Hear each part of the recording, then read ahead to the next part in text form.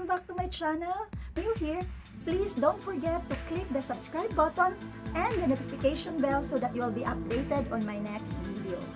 So for today's video, we will be learning on how to check and make an update of our watch hours and our subscribers update using our mobile phone.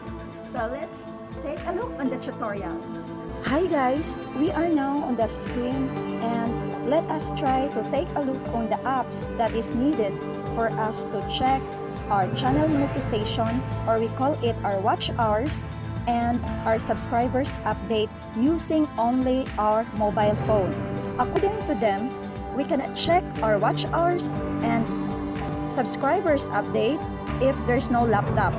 But now, I will gonna show you how to check our watch hours and our subscribers update, and we call it channel monetization without using laptop, but we will be using our mobile phone.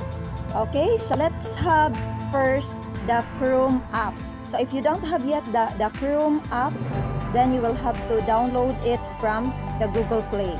So if you have a Chrome apps, then we will have to start now. So we will have to tap the Chrome. Then from the Chrome, you will have to type studio.youtube.com. Correct, this one, the first one. Okay, then you will be redirected kind of screen.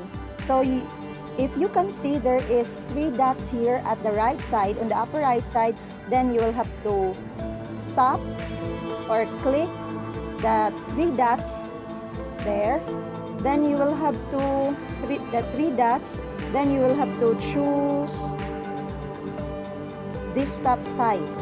From this top side, then it will have to redirect now to our channel monetization. If you can see, this is our studio YouTube, and this is our channel monetization. And we can see here at the sides, at the left side, let us try to have this one in horizontal form, or align. This one in the last. Okay, there we go. So from here, we will have to scroll at the left side. We have to scroll up. Okay, from our channel dashboard, we have to look at the left side. After our channel dashboard, we need to scroll up, and then we will have to tap and click this dollar sign at the left side. Click the dollar sign. There, we will be redirected to our channel monetization, and that we can see if we grow with YouTube. We can see our subscription, and we can see our public watch hours. So from there, we can already check our watch hours and subscribers update only using our mobile phone. So that's all for today. I hope that you learned for this tutorial. Thank you.